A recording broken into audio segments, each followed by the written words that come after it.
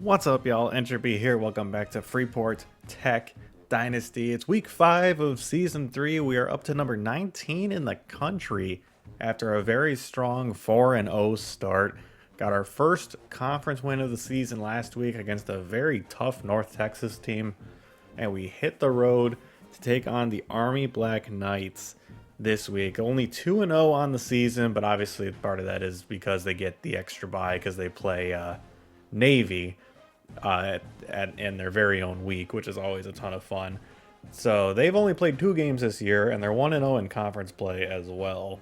And I'm usually terrified of the service academies. I always get scared about them because it's tough to go against an option team. But we saw last year Army had like a shotgun spread offense with Taven Jackson at quarterback, so it was very different than what we expected. So I don't know what to expect out of him this year. Maybe kind of a similar look, which will be different than what you normally see out of service academies. But before we get into the game, there is some recruiting stuff to get into, kind of some sad news, and this was an interesting week on the recruiting trail, and some things are starting to become evident, and it's getting a little bit crazy. So the big thing is that Kona Rao, the 6'4", 173 speedster from Amarillo, Texas. We've been going after him for a while. One of our top targets on the board. I have decided to bow out of this race.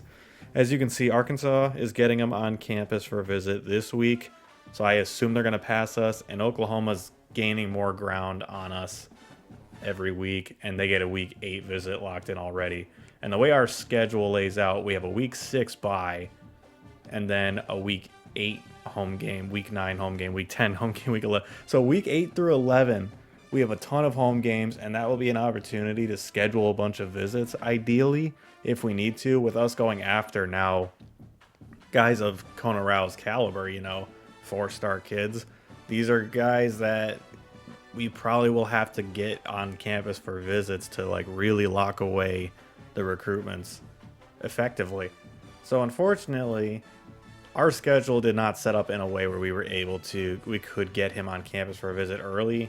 And like I said, Arkansas, I think, is going to pass us anyway. So we bowed out of the Kona Rao recruitment, which makes me very sad. I would have really loved to land him. We need some size in the receiver room, and he would have brought it. Plus, with, what did he have, 91 speed, I think, at his size. Yeah, I mean, he's a heck of a talent, and unfortunately, we're just not going to be able to land him. However, the receiver is not a lost cause. We've had Braylon Todia on our board. He's a gadget type, 5'11", 202, so it doesn't have the vertical size, let's say. He's not tall, but at 5'11", 202 gadget type with 88 speed, 91 excel, 70 plus route runnings across the board, 75 catching, 73 catching traffic, and with a little bit of throw power as well, with him being a gadget guy. As I've kind of said, because we have a gadget receiver on the roster already, but I don't really use him much because we had Zion Chris last year, we have Haas Haney this year, who are both very athletic quarterbacks in their own right, so there isn't a ton of benefits to it. However, I really like what I see out of Toja just from a base receiver standpoint, not even counting like his abilities as a passer. So I really like what I see from him. I think he'd be a great addition. He's 202 pounds at 5'11", so he's built like he's the kind of guy we could comfortably put in a gadget formation and trust that he could take a few hits. So I'm very interested in Toja. Fortunately, no other schools have hopped in on him yet. He's got kind of an interesting list of schools. He's a Texas kid, but South Carolina's his top school, and you have like FIU for some reason, and Wake Forest at number 8. So hopefully we can jump into this race. Hopefully no other schools offer him a scholarship now that we are finally in on him. But and things don't always work out the way you hope in this game, unfortunately. And speaking of which, looking at the other things, so the rest of the hours I basically just flipped guys who reached our top 5 recently. I got hard sells on them, like Derek Fatinakun. We'll see how that race kind of goes. There's a few others as well. Sabri reached his top 5. We're hard selling on him now. But you notice he has 40 hours into him, and the reason for that is I actually did schedule 2 visits for the upcoming bye week. Keyshawn Aurora has been the defensive tackle of choice on our board all cycle. The other defensive tackle we were not pursuing, and he just locked us out last week, I think. His last name was Favorite, so but we weren't going after him anyway, so that wasn't too heartbreaking. But as you can see, LSU has pushed their lead out, and they have a Week 10 visit coming up. So my thought is this. They look like they're even going to get a commitment before that Week 10 visit. So in an act of desperation, effectively, I have them coming in for the Week 6 bye week. I don't know offhand how much of a boost you get from bye week visits, but I imagine you get something. So even if it's not like as much as like if we were having him in for a game visit, like a big game visit, I think we could get him to commit like next week. But with it being a bye week, I don't think we're gonna get that big of a boost. But if it's just enough that we can get a lead over LSU, maybe we can get lucky and we can close the recruitment out before that visit of theirs comes up. So it's a risk because I had to take hours out of some guys to get these enough hours for visits, but it's what I'm willing to take for a guy of this talent. I mean, he's incredibly talented at 91 strength, 84 power moves already, 81 tackle, 88 hit power, 77 pursuit is kind of wild for a defensive tackle. Has some, obviously he has some to be desired. He's not a perfect prospect, but I think he looks very, very intriguing. I would love to bring him in to throw in the middle of our D line. So we're trying for him. The other one is cornerback Eric Smith. It's kind of a similar thing. We've got Oklahoma hot on our heels in this recruitment. They got him a Week 8 visit lined up. So that unfortunately takes up our, I can't see it, but it takes up our Week 8 slot against UTSA, which would have been a good visit opportunity. However, they took that game, and if we let them get to that game, if we let them get there while still being in the race, I think we're going to lose them. And cornerback is a position that I'm going to continue to keep trying to recruit, even though it has been a position I have struggled to recruit in this series. We have struggled to land too many high-end guys. J.D. Drew was a very nice transfer get. Marquez Vick was a solid freshman get last cycle. And even Kevin Caudill and Ray Pepper were optimistic about. They're not playing too much at the moment. And then Dylan Phelps was a transfer get as well. But again, if you remember, a lot of times those guys were often like, oh, I lost out on the guy I had on the board, so I had to go down. So these were often our second, third guys at corner. So I'm trying desperately to get a guy like Eric Smith, who's been one of our top targets since the start of the season. We added him to our board in the offseason episode. 71 awareness, 91 speed, 92 excel, 89 change of direction, 90 agility, 70 plus man and zone coverage, 78 press as well. I mean, this dude is a player. And it's a similar thing to Aurora where I got to try and get him committed before Week 8. So we'll see how much of a boost we can get from a bye week. I'm just hoping it's enough. I know it's not going to be a lot. And I have to try it though, because this is our only chance, I think, to land these two guys. So that was the other big update on the recruiting trail. So we're out of the Kona Rao recruitment onto Braylon Todia at receiver. And then Keyshawn Aurora and Eric Smith, we're going to get on campus for the bye week. And hope we can sell them hard enough to somehow gain a ton of influence and kind of close these races out. But recruiting's getting dicey. But we knew this was going to be part of it with the fact that there were higher rated guys interested in us. We knew these races were going to be a lot harder to win than some of the other guys we've been going after. So that's where we're at with recruiting. And as I've said, we have a bye next week, so we will do the bye week in this episode as well. So we'll probably kind of see the conclusion of these moves I'm trying to make. And I've also got a ton of guys ready for visits, and I'm gonna have to kind of weigh and see which guys I want to try and get in Week 8, and have to try and set aside hours for that. And again, A&M snagging a Week 8 visit from us. There was another guy, I think, where a school has a Week 8 visit lined up already. Hugh Cheeks, a guy I really want. Again, another corner, 6'1", 178, but A&M has a Week 7 visit lined up. So I'm hoping and I'm praying that none of those schools log a Week 8 visit with them, because otherwise that might be nails for us. That might be the nail in the coffin in that race. So yeah, recruiting's got me stressed out. I ain't gonna lie to you. I'm sure you can tell by the tone of my voice as I talk about this stuff. But it's yeah, It's gonna be tough to get these guys, unfortunately, but that's kind of the game you play when you go after top talent, you know? So the two guys coming in for the bye week, Eric Smith, Keyshawn Aurora, and the rest of these guys will kind of navigate over the next couple of weeks. We're going to go black helmet and black pants to go with the white jersey this week on the road. And here we go. You know it's a game against the Surface Academy when you got the when you got the helicopter fly over. As here we are in West Point. There are the Black Knights as they take the field, looking to keep their undefeated season alive as they welcome an undefeated Freeport Tech Marlins squad to West Point. It's a very good matchup in the American for sure. This will have the attention of the other American schools as they see two of the top teams in the conference right now go at it. We, of course, 19 in the country, have a little bit more pedigree at the moment, but that doesn't mean Army's not going to put up a fight.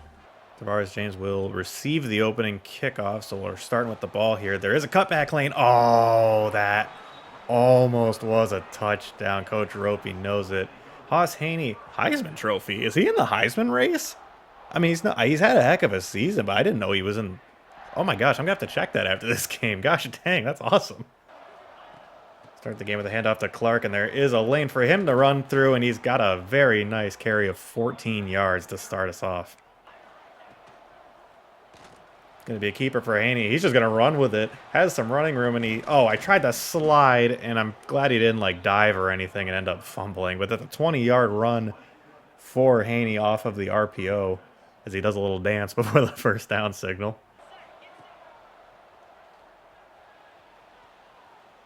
Sends Vea upfield. Oh, and drops a beautiful dime to Vea. Puts the move on the safety, and he's in! Touchdown! Ofisa Vea. Freeport Tech off to a rip-roaring start on offense. A quick touchdown drive. And it's the true freshman wide receiver who has been such a stud for us this year already, getting the scoring started. And Clay Bishop knocks it through to make it a 7-0 ball game. 3 plays, 72 yards. That is all it took. Army coming out in a shotgun spread look. So it looks like they're going to be running an offense similar to what we saw from them last year. They do start off with a run, though, and they get 3 yards. Now this looks a little more like Army football, coming out in an I formation. And there will be a handoff right up the middle, and that's not going anywhere. Order 66, Chris Foreman gets what I believe a TFL, and it's going to bring up 3rd and 8. Another handoff, and there is running room. J.D. Drew, did he keep him short? He did. What a tackle from the corner to keep him short of the line to gain. And Army is going to punt it. Wow, that looked like a guaranteed first down, but J.D. Drew said no. RPO, a little bubble screen out to Ofisa Vea, and he's got room up the sideline. Juke's back inside, and it's another big gain for Ofisa Vea. I almost said Haas Haney because his name popped up at the bottom, but gosh dang. Vea once again making an early impact.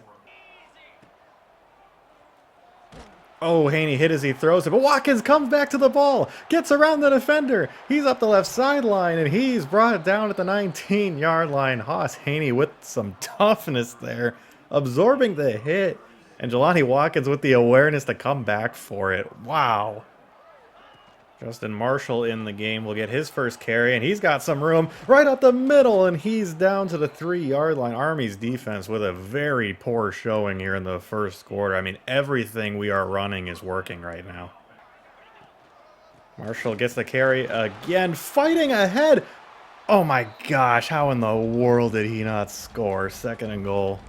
I called QB blast, but they've only got 3 guys on the right, so we're just going to throw a quick one. Oh, they were all over it, unfortunately. That dude on the end just jumped right out to make that tackle. It's going to be 3rd and goal. Haney gets the ball. Oh, it's on the ground, and it's scooped up by Army, and they're running it back. A defensive lineman has it. Is he going to get caught? Okay, Jelani Watkins will chase him down at least, but gosh dang it, man. We had everything going for us, and I stupidly called a speed option on the goal line, and it leads to a fumble. And Army now on our 32-yard line. It's a jet sweep. Zaquan Patterson comes up and makes the tackle. Nice play from the free safety. It's another handoff. Kennedy did get blocked, and it freed up some running room to get 6. Play action. Under duress, he just throws it up to the end zone, and Paul Freeney nearly intercepted it, but just knocks it down, and they're going to settle for a field goal. This will be about a 44-yarder. Should be makeable, and it is. It's a beautiful kick from Army's kicker, and that was 3 points we basically just gifted them for free. So it's up to the offense to respond to that and not turn it over this time. Quick little screen to Watkins. Can he get around the defender? Oh, he sure can. Jelani Watkins down the right sideline. Is anyone going to catch him? They did get the angle, but it's a huge play for our star receiver, and the Cadets are in shock by that. Haas Haney, don't know why they're highlighting him. It was, in fact, a great play by Watkins to evade that first defender, and then the blocking from Prescore and upfield. How about that? Play action for Haney, and no one really got open off that, and we're just going to throw that away. Hand off to Marshall, blocking set up pretty well up front. It's a gain of 7, going to bring up 3rd and 3. Night has fallen here in West Point as the start of the second quarter is upon us. We're going to do a read option here on 3rd and 3, try and get someone loose for it. Haney does cut upfield and get the first down. It'll be 1st and goal from the 8. Marshall gets the carry. He's brought down in the backfield by Corey Platt Jr. off the edge. 2nd and goal from the 10. Clark, the man in motion. Oh, Vea's open on the slant. Does he have the touchdown? He does! Ofisa Vea dives in. His 2nd touchdown of the game and our 2nd touchdown. He has both of them, and it is a now 2-score lead for Freeport Tech. We should really be up 3 scores on them. Man, that turnover basically on the goal line still bothers me.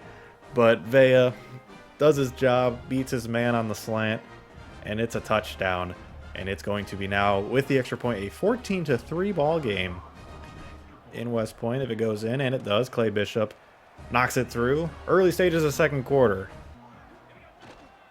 Army with a handoff up the middle, and it is a huge gain. Paul Freeney comes up and makes the tackle, but they got like 11, I think, on that one. While they're certainly not an option team anymore, they're definitely still a run-first team. Oh, and that one doesn't go anywhere. Kennedy, Ostergaard, and Kafka. That was a 3-for-1 on linebackers making the stop. The play action, read option, keeper, Zaquan Patterson with a huge tackle. He was the only guy that had a chance there. And Army now going no huddle, interestingly enough, after that play on 3rd and 10. Will they be able to get anything? No, they will not. Samu Tamanu Pepe with the sack, the transfer defensive tackle, the huge transfer defensive tackle, and I mean that both literally and figuratively. I believe he weighs like 380 pounds. Big number 97, just bull rushed and brought down the quarterback. Play action to Marshall. I want that. It's Ofisa Vea again, and it's a huge gain once again on our first play, and it's down to the 44 already in Army's territory. Marshall with the carry to the outside, and Army kind of all over it, and it gets dropped for a loss of 3. Army's got 2 safeties standing right next to each other in the defensive backfield. I'm not quite sure what that is, but this is going to be a QB power run for Haney. And blocking wasn't fantastic. Maybe I made a wrong read or something, but it's going to bring up 3rd and 9. We got about 4. I want Prescore, and the big man goes up, couldn't quite bring it down. It'll be 4th and 9 from the 43. Oh, I really don't want to punt this, but it's really far to go for. We're going to have to punt it. See if Reinbold can work some magic here. I really am bad with punting, personally. I'm not great at knowing where to aim the arrow exactly. Looks like a solid punt. It's going to have to kick to the side, though. Yeah, that's going to be a touchback. A handoff on 1st down. Ray Pepper comes in, and Derek Simmons also in on the tackle. It's a draw option kind of thing. That was kind of a weird play, and it was like a walking mesh kind of thing, but the quarterback just kept it. It was really slow developing. It only gains 1 yard. Man in motion here. It's a jet sweep to the left side, and Corbin Ostergaard chases it down. Holy crap, the closing speed is incredible. He's got that sideline to sideline speed. And Army is going to have to settle for a punt, and it will bring us to the 2-minute timeout. We did start with the ball, so this is a chance to go up 3 scores before halftime, which would be a lot for Army to overcome.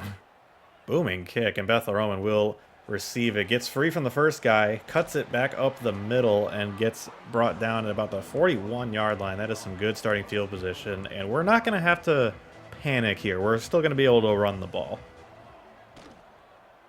Pop past the pre-score, and he's got it. Breaks a tackle, spun down at Army's 39-yard line. Haas Haney over 200 yards passing in this half. Speed option. The read looked like it was for Haney to keep it, but a number of defenders came down on him. So 2nd and 11. Time is ticking.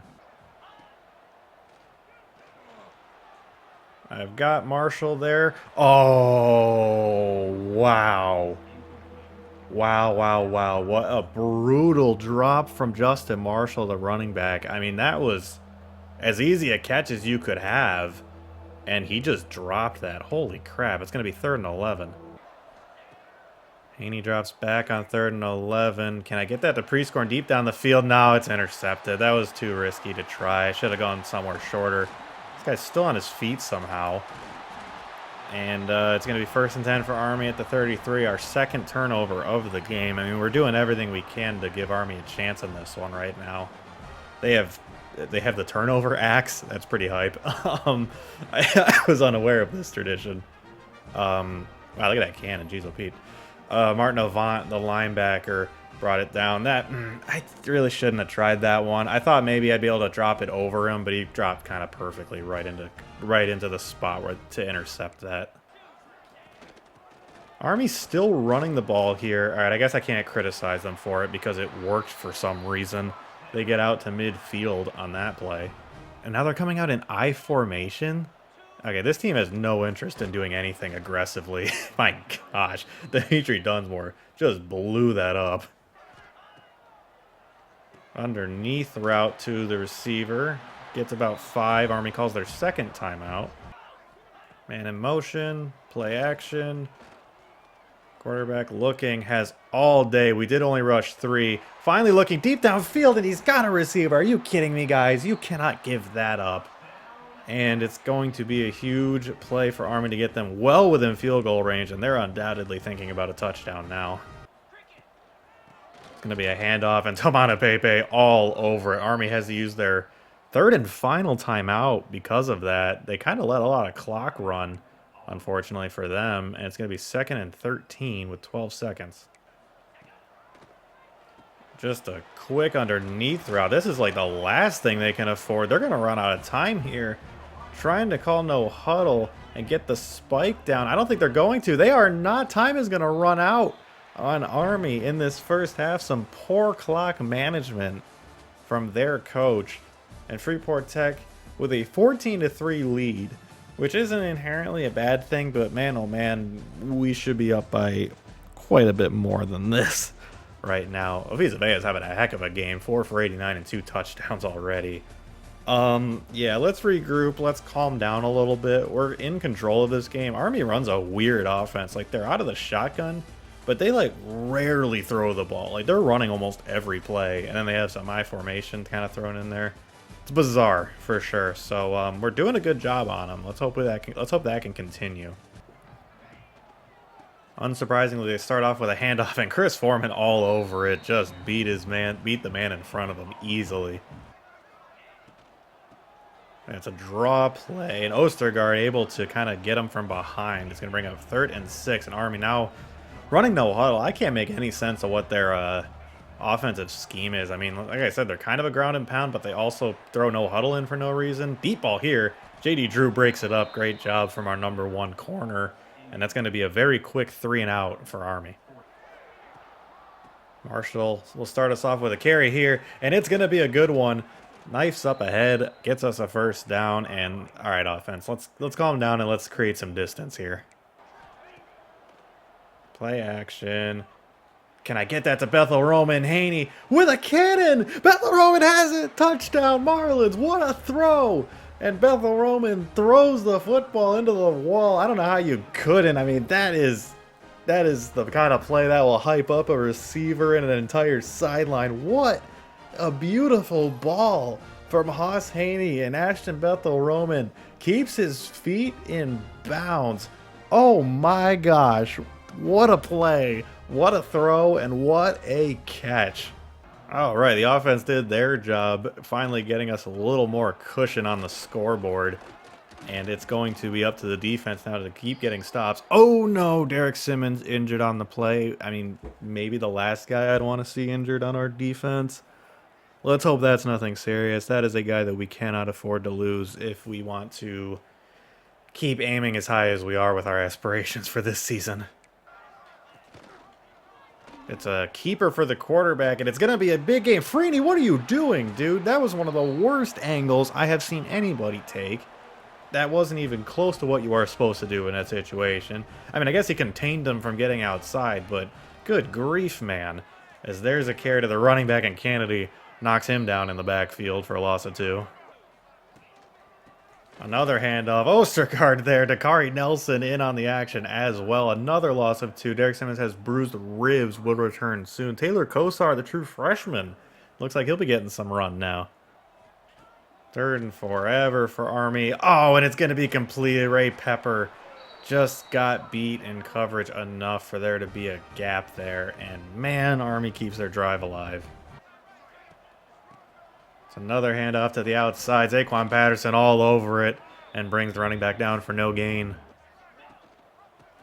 It's another handoff. Looking for a cutback lane. Oh my gosh, someone hit him really hard. I don't know who that was, but he spun down like a top. And it's going to be 3rd and 6. Looked like, oh, it's Dakari Nelson. Oh my gosh. It's another handoff. And Patterson fights through the block to bring him down. Army suffers an injury on the play. Matt Henry looks like an offensive lineman. But another big stop for the defense. Never mind, they're going for it. This stop has not been gotten yet. 4th down. Kafka gets through and brings him down. It's a sack for Kafka. Another guy getting some more minutes with the Derek Simmons injury. Lined up at the edge spot. He's kind of been playing more off-ball linebacker this year, but what a pass rush from Kafka. He did a lot of that last year. Hand off to Marshall. He's got running room right up the middle of the defense and already across midfield. Play action. Yeah, we got Vea again. Oh, no, we don't. It's an interception. Is that the same guy again? Unfortunately, that was a poor throw from Haney. That ball was not placed where it needed to be. He needed to drop that over the linebacker so that he couldn't make a play on it. I mean, Vea was wide the crap open.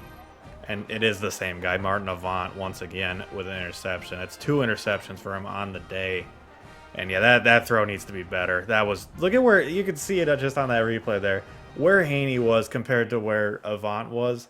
There was absolutely zero reason for Avant to even be able to make a play on the ball at all, let alone intercept it. And of course, Army with a huge play to start the drive, and Phelps missed him. Vic can't get him, and it's a 1-play touchdown for Army because of course it is. Why would it not be after a momentum shifting play like that? Of course, Army, who has not scored a touchdown, and only 3 points that they have were gifted to them by us with a fumble that they returned to our like 35-yard line. Why would they not immediately score when they haven't even moved the ball more than 5 yards a play, it feels like, the entire game? Ugh. Turnovers are brutal, man. It's the kind of thing that can just keep a team in it. We've got 3 of them in this game. We should be blowing Army out. This game should not be as close as it is. We are by far the better team on the field. Unfortunately, we just aren't playing like it with the turnovers. Dude, Clark gets the carry. Kind of gets stuck on his own blocker. Fights ahead for 6. Bethel Roman in motion, running the orbit, and no one got open there. We're going to send Bethel Roman upfield. Can we just get a completion? Got his hands on it, but could not bring it in. It's going to bring up 3rd and 4. Clark in motion. Haney drops back. Got Vea. Low throw. Vea did a great job to bring that in, and it's a huge third down conversion. There was a window to throw that to Prescorn on the drag, and I just missed him. Duke Clark in the game getting the carry, and he's got running room, and he's got a first down. Haney's just going to take it himself. We had 4 guys out on the right side of the formation, and Haney gets an easy 9 yards. Play action to Marshall. We got Bethel Roman. He makes the catch and stays in bounds. What a catch by Bethel Roman. That's 2 great catches that he's had in this game, and another money throw from Os Haney. That will bring us to the end of the third quarter. 21-10, Freeport Tech's lead. Should be winning by a lot more, but we've got a chance to go back up 3 scores here in the early fourth quarter. 281 yards through the air for us is nuts, and 118 more on the ground. The offense has had a day. The turnovers have just kept this game from being a complete blowout. Marshall gets the carry, gets the blocking, gets the first down. First and goal from the 9. Running out of the power I Hulk formation. It's going to be a give to Marshall. There's a seam there, and it filled up quickly. Unfortunately, we only get 2. It's a keeper for Haney, and it's a touchdown. Beautiful run from the quarterback. He has been so good with his legs. Honestly, he's had a quieter day with his legs in this game than in a lot of our other games this year. But what a performance he's had outside of the interceptions and the fumble, of course. He's been responsible for all 3 turnovers, but if you just exclude those, he's had a heck of a game. And he caps it off with a rushing touchdown, over 40 yards rushing on the game. He's done a lot of damage through the air, that is for sure. And Clay Bishop makes it an 18-point game, and Army's got to feel like they're running out of time here.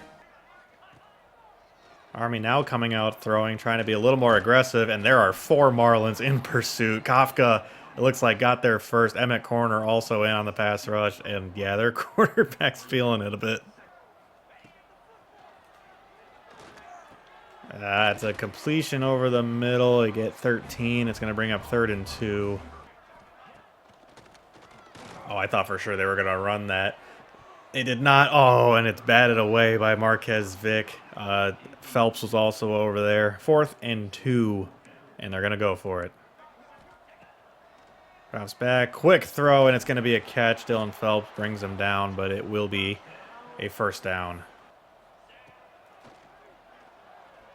Quarterback looking to run, does kind of throw it away, just dirts it essentially. Play action, throw over to the right side, it's caught, and it's Ostergaard with the tackle. Actually, I think that was Taylor Kosar over there, pretty much in coverage. RPO over to the side, and Marquez Vick does a good job to bring him down. 4th down once again, this time it'll be 4th and 5. Over to the right side, it's caught. J.D. Drew couldn't hang with him in coverage, and it's going to be another first down. Army just will not die. Play action, and the corner brings him down. The defensive tackle with a huge sack, and that is going to really put a damper on Army's chances of stringing a drive together here as they go no huddle and are now in a 5-wide look. We'll see if the pass rush can do it again. They cannot, and it's going to be a takeoff and run situation for the quarterback. Going to make it 3rd and 12. It's just a prayer, and it's going to be answered. He got open in the middle of the field, and it's going to be another first down. Now playing from the 10. It's effectively 1st and goal. I don't see a situation where they get a first down and not a touchdown at this point. So it's just up to us to stop him again. Quarterback's going to take off and run, and he's going to score. Gosh dang it, that is the most irritating way to give up a touchdown in the red zone. We covered everyone beautifully, and then Derek Dotson took off and ran. And that's going to cut it back down to a 2-score game. I have to imagine Army's thinking about just onside kicking, right? There's no way they can kick it to us. Yeah, they're going onside. Decent kick, but Vea is on the hands team, and he will bring it in.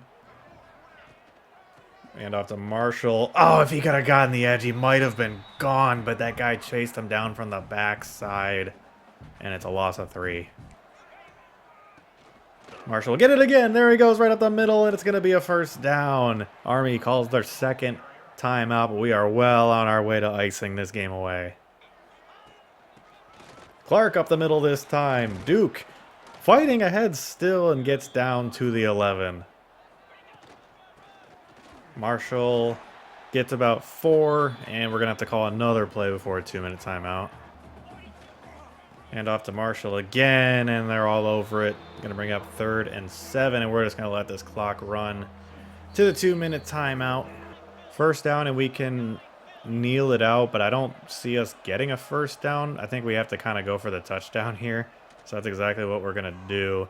And we're going to hit Bethel Roman, and he's got a touchdown, his second of the game on the drag, and that is going to finally put Army away. The odds of them coming back were already slim with no timeouts and 2 minutes left, but we go back up 3 scores here late in the 4th quarter. And with this extra point, it'll be a 35-17 ball game. They almost blocked it, actually, but Bishop does knock it through.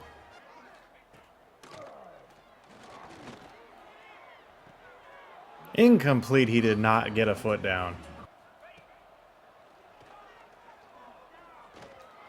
It's a deep ball. Dylan Phelps has the position. Dylan Phelps knocks it down. 3rd and 10.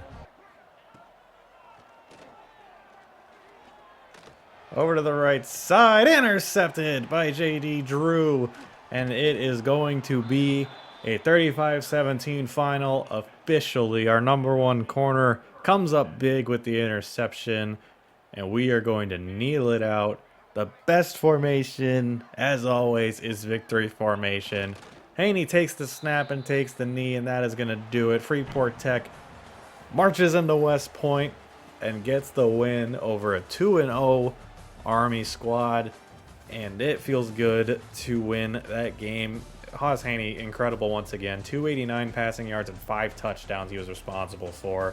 He's been absolutely sensational for us. I guess I shouldn't be too surprised he might be in the Heisman discussion, but I'm still kind of surprised, honestly, given who we are. We're still an American team, you know. We're not a Power 5 or we're not a Power 4 team yet, you know. So it's kind of like I'm surprised to see him get this kind of recognition already, but he's been absolutely incredible for us. There's no doubt about that. I mean, let's just look at his stats.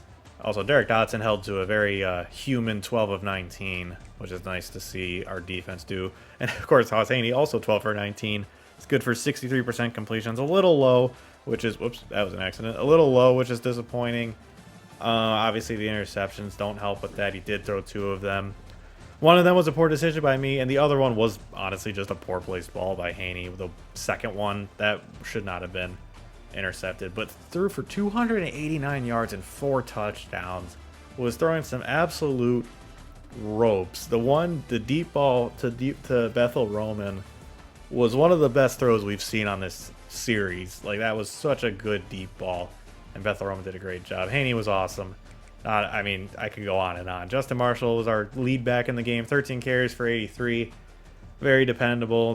Got a lot of chunk runs. Duke Clark also was good. Kind of was more of a backup in this one. Only got 4 carries of his own. But a lot of those formations that he's in are more of like passing looks because he's our 3rd down back. And our pass game was working so well. We were just straight up throwing a lot. So, yeah, Clark was still very good, though. I mean, averaged 12.5 a carry.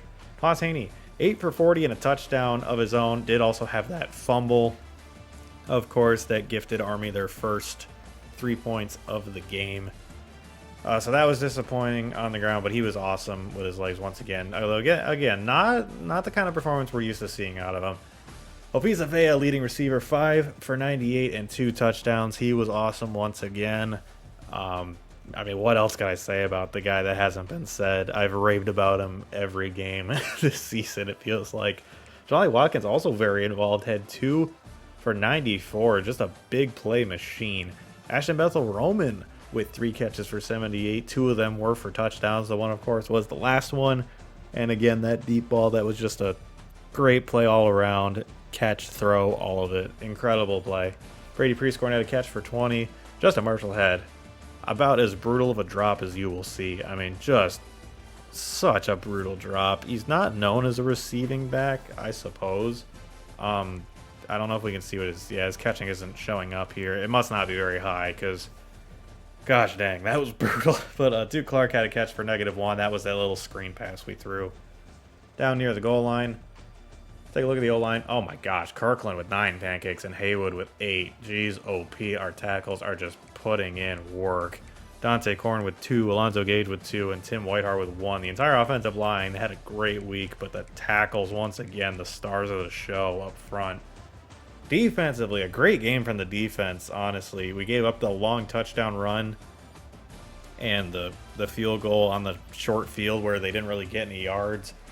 And then we did give up the one more touchdown, of course, late in the game. But the defense was really good today. And you could tell everyone got involved because the leading tackler only had 6. And it was Ostergaard and Vic combining. And then followed by Xavier Kennedy and Zaquan Patterson with 5 apiece. And then Freeney and Drew with 4 apiece. A lot of TFL. Xavier Kennedy with 3.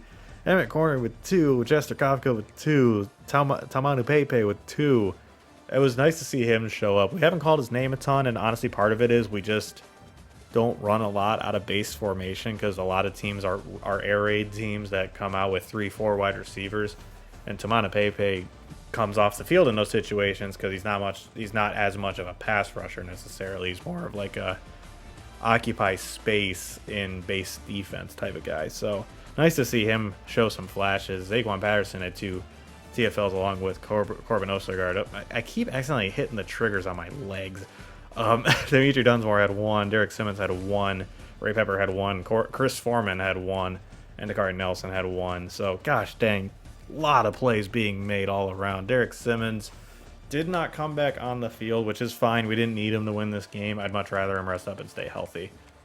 Sacks, Emmett Corner and Chester Kafka each with 1.5. Kafka, again, a guy who has kind of taken more of a off-the-ball role at linebacker as opposed to last year when we had him coming off the edge a lot. Dakari Nelson kind of took his spot as an edge rusher, but he was awesome in this game, generating 1.5 sacks.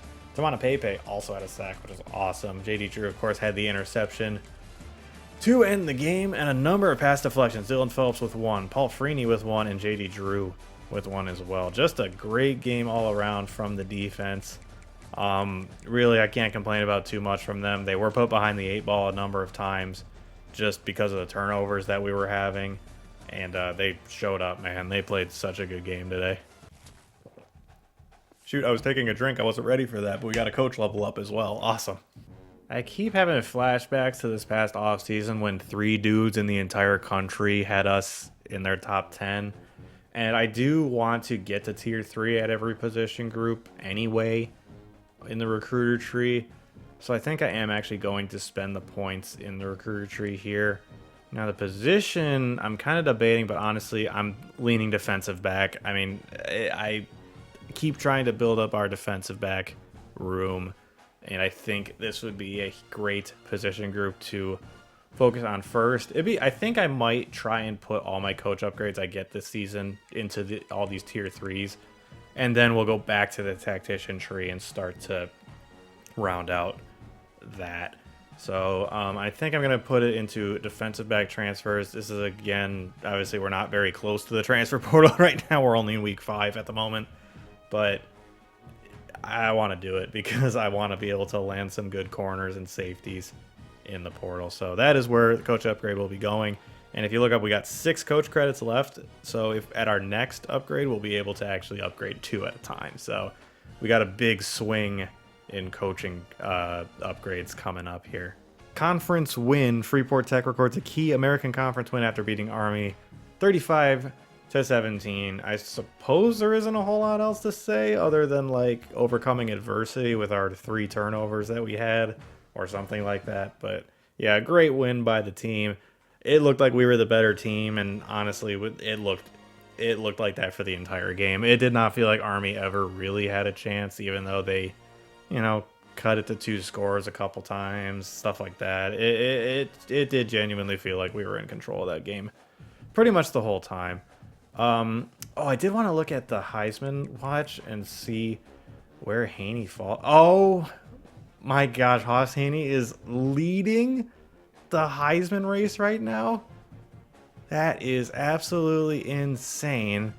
Oh my gosh, he had 166 rushing yards against North Texas. I forgot about that already. Holy crap. That's nuts. So he's got the country watching him right now, which is very exciting. It putting Freeport Tech on the national map even more so. Holy crap. Okay, so he's not only in the running, he's currently leading the charge. That's crazy. All right, hopefully we can keep this up as we got some competition here. Tommy Trout, who I guess is a real person, not a name I'm familiar with. Arch Manning, of course. Malik Washington, who's been pretty solid for Maryland his freshman year in real life. And then Darren Knowles, the receiver, who is, I believe, an auto-generated recruit if he's a true sophomore. So a fascinating list of guys on this list, and Haas Haney leading the charge. How about that? I don't know what to think about that. I'm shocked, to be honest with you. Let's advance the week. Oh, did that just say ranked Duke team went down? Okay, so that looks like at least one spot will be climbing in the rankings.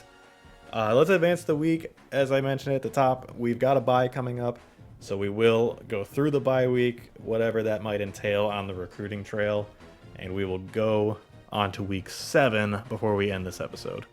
Okay, yeah, as expected, not only did Arkansas jump us, they actually jumped Oklahoma for Kona Rao. I'm glad we bowed out of that race when we did. That was not a race we were going to win, unfortunately, as much as it hurts, because I really liked Kona Rao as a prospect. But we're on to Braylon Tojo. It looked like he's reached his top 8, and we are the only one that offered him scholarships. That's very good. We've already jumped to his top spot. He's from Houston, so he's from, relatively close by. It's a tier 3 pipeline for us, so hopefully we won't have any competition for him. We can kind of just quietly get a commitment from him. But then, of course, the two guys visiting this week, Eric Smith, the corner. Oklahoma did, in fact, pass us.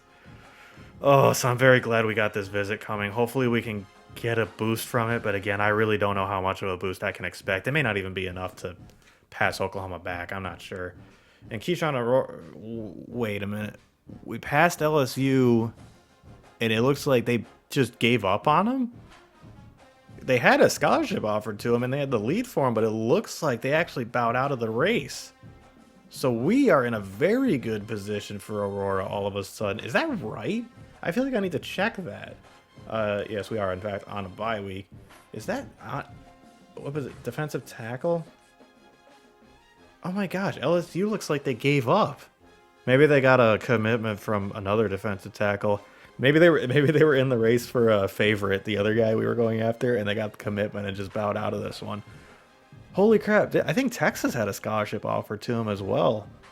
Wild. Okay, so we're all of a sudden in a great position to land Keyshawn Aurora.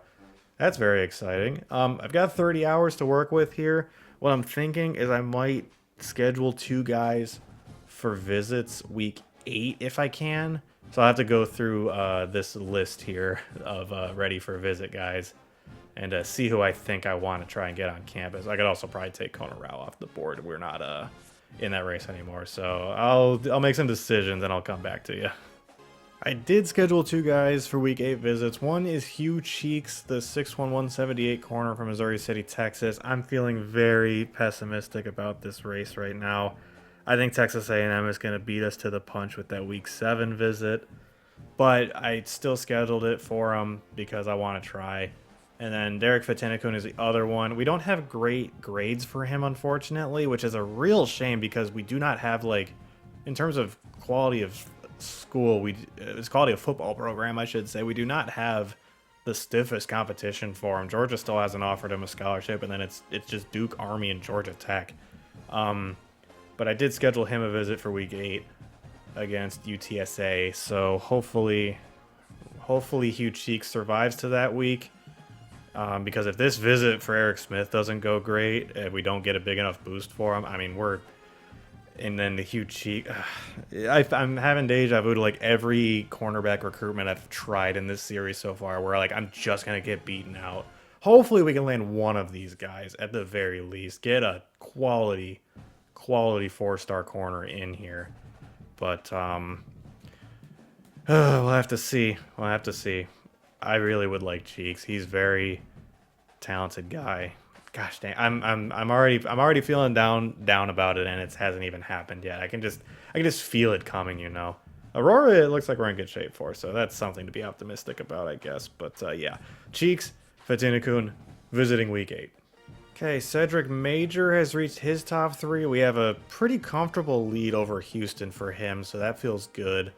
Keyshawn Aurora, it looks like Texas re-offered him a scholarship, I guess, but we did jump out to a lead for him, so that's nice to see. Emmett Hicks locked us out. We haven't been going after him, so that's not too surprising. Vince Kellogg has reached his top 3, the 4-star gem linebacker, Texas Tech, on our heels. For him, Hugh Cheeks reached his top 3. We dropped a spot. A&M passed us, and they have the visit coming this week. Nothing about that feels good. And then Eric Smith, we did not get a big enough boost somehow. We got a sizable boost, it looks like, for Aurora, but Smith, we just didn't. We look like we're behind the exact same amount as Oklahoma, which doesn't make any sense because he didn't visit them during the bye week as well. Oh, I may have to reassess and consider bowing out of that race, which is really frustrating, but we'll see. We'll kind of see where everything stands. So, kind of a mixed bag of recruiting news this week, it looks like. No frickin' way. I forgot we are Texas A&M's Week 7 opponent. We have a chance to beat them during Hugh Cheeks' visit week. Oh, what an opportunity this is. There's another recruit, I think, that is visiting week 7 as well. Who is it? It's another one of these Texas guys. They're visiting Texas A&M week 8. That might have been the guy I was thinking of, Terrell Washington there. Dang it. I was hoping I might be able to sway a number of guys here. Duke's got a week 11 visit lined up. That doesn't feel too bad. Because if we can jump out to a lead with a good visit week for Fatinakun, we'll be all right. I'm kind of just going through every guy at the moment. Cedric Major, we're looking okay. Sabri, TCU's trying to chase us down.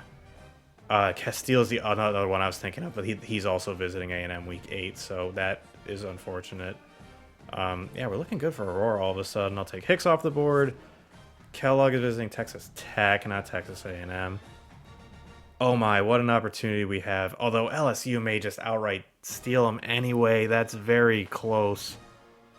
Oh no. I'm not feeling good about the Cheeks recruitment. We'll have to see. Man, we did not get a very big boost for Smith at all. That is annoying. Okay, so it is just Cheeks. He is going to be the only one visiting A&M week 7. And I maybe would be even more enthused about it if LSU wasn't like basically ready to get him to commit. We'll have to see. All right. Well, that's dang it, man. Why can't I really wanted him? But I guess we haven't lost him yet. But we could theoretically survive the week without him committing to LSU. I don't know. We'll have to see. That's going to do it for now. We have 14 on the road against 15 next week. We're up to 14 in the country. That's crazy. This is about to be an extreme test for us. And as the headline says, we'll have to be perfect if we want to defeat ranked opponent Texas A&M. That's probably pretty accurate, to be honest. A lot going on the recruiting trail. A lot going on in Freeport Tech and Freeport right now. It's man, recruiting is crazy when you start getting into these higher ranked guys. But it's the game you play if you want to get the top talent, that's for sure. And we want the top talent. There's no doubt about it. But that's going to do it for us this week. Thank you very much for joining me. Got another good win against Army. And we'll see if we can keep the momentum going next week. But that is going to do it for now. Thank you very much again for joining me. Love and appreciate each and every one of you. And I'll see all y'all in my next episode. Later, y'all.